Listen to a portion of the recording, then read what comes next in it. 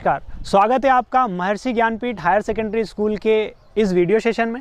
इस video session में हम देखने जा रहे हैं मोनोकॉट और डाइकॉट प्लांट का आइडेंटिफिकेशन करेंगे। साथ ही साथ हम इसमें जो मॉडिफिकेशन रूट में, लीफ में, स्टेम में जो हमको देखने को मिलते हैं वो देखेंगे। इसके साथ हम रूट के डिफरेंट टाइप्स देखेंगे। ये जो है हमारे 11th एग्रीकल्चर में एलिमेंट्स ऑफ साइंस में चैप्टर नंबर 11 में हमारा प्लांट मॉर्फोलॉजी है। इसमें ये हमको देखने को मिलता है आइडेंटिफिकेशन ऑफ प्लांट। यहाँ पर सबसे पहला हम आइडेंटिफिकेशन देख रहे हैं। हमारे पास दो प्रकार के पौधे हैं। एक हमारे पास सोयाबीन का पौधा है, ये डाइकॉट से बिलोंग करता है, जो हम थ्योरी में पढ़ते हैं। साथ ही साथ हमारे पास एक मक्का का पौधा है जो मोनोकॉट से बिलोंग करता है। एक ग्रेमनी फैमिली में का एक घास का हमारे पास पौधा है। तो इनके जो कैरेक्टरिस्टिक्स हैं, इनके हिसाब से हम आइडेंटिफिकेशन करेंगे कि क्या क्या डिफरेंस हमको इनकी मॉर्फोलॉजी में देखने को हमको मिलते हैं। सबसे पहले हम देख रहे हैं कि ये दोनों टाइप की रूट्स को हम कंपेयर करें तो इसमें रूट फाइब्रस टाइप रूट जो हम थ्योरी में पढ़ते हैं कि जो मेन रूट है वो बहुत ज़्यादा ऐसी गुच्छे के समान हमको देखने को मिलती है और इसको हम बोलते हैं फाइब्रस रूट। फाइबर के रूप में रूट हमको देखने को मिलती है। ये हमको देखने को मिलता है मोनोकॉट के पौधे में। तो सबसे पहला आइडेंटिफिकेशन हम प्लांट के नीचे से करते जा रहे हैं, ये फाइब्रस रूट हमको देखने को मिल रही है। साथ ही साथ अगर हम डाइकॉट की बात करें तो डाइकॉट प्लांट के अंदर जो रूट है वो टैप रूट सिस्टम हमको देखने को मिल रहा है। टैप रूट सिस्टम मतलब बीच में एक मोटी रूट है और उससे फिर रूट की ब्रांच निकली हुई है। यहाँ पर कोई ब्रांच देखने को हमको नहीं मिल रही है। ठीक है, इसके साथ साथ अब अगर हम स्टेम की बात करें तो स्टेम कैसा है, बेसिकली अगर देखा जाए तो डाइकॉट प्लांट में ब्रांच्ड स्टेम पाया जाता है। यहाँ पर आप देख सकते हैं कि इस स्टेम की बहुत सारी ब्रांच हमको देखने को मिल रही है।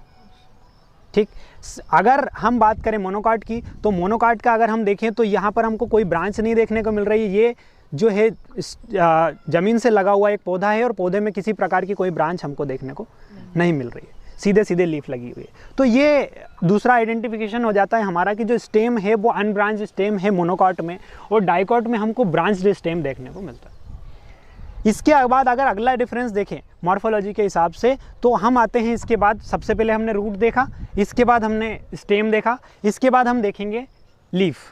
तीन पार्ट के हिसाब से हम आइडेंटिफिकेशन करते हैं। अब हम जब लीफ में पढ़ते हैं तो एक चीज़ पढ़ने को मिलती है हमको वेनेशन। वेनेशन दो टाइप के देखते हैं हम, रेटिकुलेटेड वेनेशन और पैरेलल वेनेशन। हमने ये पढ़ा कि पैरेलल वेनेशन जो होता है वो मोनोकॉट में देखने को हमको मिलता है। इस टाइप के पौधे में हमको पैरेलल वेनेशन देखने को मिलता है। दूसरा वेनेशन हमने देखा जिसको हिंदी में हम जालिकावत सिरा विन्यास और इंग्लिश में रेटिकुलेटेड वेनेशन कहते हैं, वो हमको डाइकॉट के पौधों में देखने को मिलता है। अगर आप यहाँ पर देखें तो इस लीफ में आपको जो वेन्स का अरेंजमेंट है वो एक जाली जैसा स्ट्रक्चर देखने को मिल रहा है। और अगर आप मोनोकॉट के प्लांट को देखें तो यहाँ पर जो वेन्स है, वेन्स सीधी सीधी एक दूसरे के पैरेलल लगी हुई है, इसको पैरेलल वेनेशन कहेंगे। अब यहाँ पर हम एक एक्सपेरिमेंट करते हैं जिससे हम ये देखते हैं कि पैरेलल वेनेशन और रेटिकुलेटेड वेनेशन को हम किस तरीके से आइडेंटिफाई करें। सबसे पहले हम इस लीफ को पकड़ते हैं। इस लीफ को हमने पकड़ के यहाँ से काटा, ये लीफ हम देख रहे हैं कि सीधी सीधी कट रही है क्योंकि वेन्स का अरेंजमेंट कैसा है, सीधा सीधा है। इस लीफ को हम काटेंगे तो ये सीधी सीधी लाइन में फटेगी। ये कैसा वेनेशन हो गया था हमारा, पैरेलल वेनेशन हो जाता है। यहाँ पर हम देखते हैं रेटिकुलेटेड वेनेशन की जब हम बात करते हैं। अब हम इस लीफ को काटें तो ये लीफ को आप देखो तो ये आड़ी टेढ़ी फट रही है, आड़ी टेढ़ी फट रही है। आप किसी भी प्लेन से काटोगे ये देखने को मिल रहा है। यहाँ पर इसका मतलब ये समझ में आ रहा है हमको जो वेन्स है वो आड़ी टेढ़ी अरेंज है, जाली जैसा स्ट्रक्चर यहाँ पर बन रहा है, इसलिए हम इसको हिंदी में जालिकावत सिरा विन्यास भी कहते हैं, वेन्स का जो अरेंजमेंट है उसके हिसाब से। तो हमने तीन टाइप के आइडेंटिफिकेशन देखे। पहला देखा हमने रूट का, जिसमें हमने ये देखा कि दो टाइप के रूट सिस्टम पाए जाते हैं, टैप रूट और एडवांटेशियस रूट। एडवांटेशियस रूट या फाइब्रस रूट हमको देखने को मिलती है मोनोकॉट के प्लांट्स में। टैप रूट सिस्टम हमको डाइकॉट के प्लांट में देखने को मिलता है बेसिकली। फिर इसके बाद हमने स्टेम का आइडेंटिफिकेशन किया कि जो डाइकॉट का स्टेम है वो ब्रांच स्टेम देखने को हमको मिलता है और मोनोकॉट का स्टेम जो रहता है अनब्रांच्ड स्टेम देखने को मिलता है, कोई ज़्यादा हमको ब्रांचेस यहाँ पर देखने को नहीं मिलती है। इसके अलावा हम बात करें, हम इसके बाद लीफ पे आए थे। लीफ में हमने देखा कि जो डाइकॉट प्लांट है, डाइकॉट में रेटिकुलेटेड टाइप वेनेशन पाया जाता है और मोनोकॉट प्लांट में पैरेलल वेनेशन पाया जाता है। दोनों को हमने एक एक्सपेरिमेंट से देखा। अब इसके साथ हम एक चीज़ और पढ़ते हैं, यहाँ पर हमको रूट नोड्यूल्स की बात की जाती है। जो डाइकॉट प्लांट में जो लेग्यूमिनस क्रॉप्स है, जो लेग्यूमिनोसी फैमिली से बिलोंग करते हैं, हम देखते हैं कि इंडिविजुअल प्लांट की एक फैमिली होती है। जैसे ये प्लांट ग्रेमनी फैमिली से बिलोंग करता है, इसको घास फैमिली कहते हैं हिंदी में।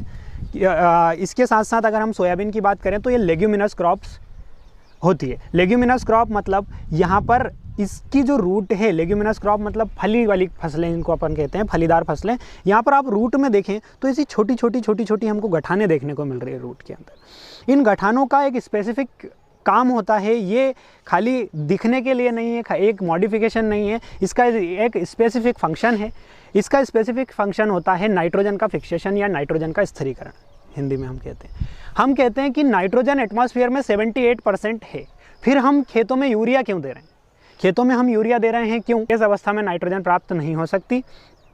नाइट्रोजन कभी भी पौधा लेगा तो लिक्विड फॉर्म में ही प्लांट जो है इसको ले पाएगा। प्लांट को कोई भी न्यूट्रिएंट चाहिए वो लिक्विड फॉर्म में ले पाएगा, गैस फॉर्म में वो नहीं ले पाएगा, जबकि नाइट्रोजन एटमॉस्फेयर में गैसियस फॉर्म में पर्याप्त है। अब यहाँ पर ये रूट नोड्यूल्स है, इन रूट नोड्यूल्स के अंदर राइजोबियम जैसे बैक्टीरिया पाए जाते हैं, और ये बैक्टीरिया रूट नोड्यूल्स में प्रेजेंट होकर एटमॉस्फेयर की जो गैसियस नाइट्रोजन है उसको अमोनिया के फॉर्म में, नाइट्रेट के फॉर्म में एटमॉस्फेयर से ज़मीन के अंदर फिक्स करने का काम करते हैं। इनको नाइट्रोजन फिक्सेशिंग बैक्टीरिया या नाइट्रीफाइंग बैक्टीरिया इनको हम कहते हैं। और ये लेग्यूमिनस क्रॉप के अंदर रूट नोड्यूल्स का बहुत ही ज़्यादा स्पेसिफिक फंक्शन होता है। हम देखते हैं कि हम गेहूं की फसल में यूरिया देते हैं, लेकिन क्या हम चने और सोयाबीन की फसल में यूरिया देते हैं? नहीं देते हैं। क्यों नहीं देते हैं? क्योंकि चने और सोयाबीन की फसल ऑलरेडी ही नाइट्रोजन का फिक्सेशन ज़मीन के अंदर कर चुकी होती, तो यूरिया देने की हमको ज़रूरत नहीं लगती।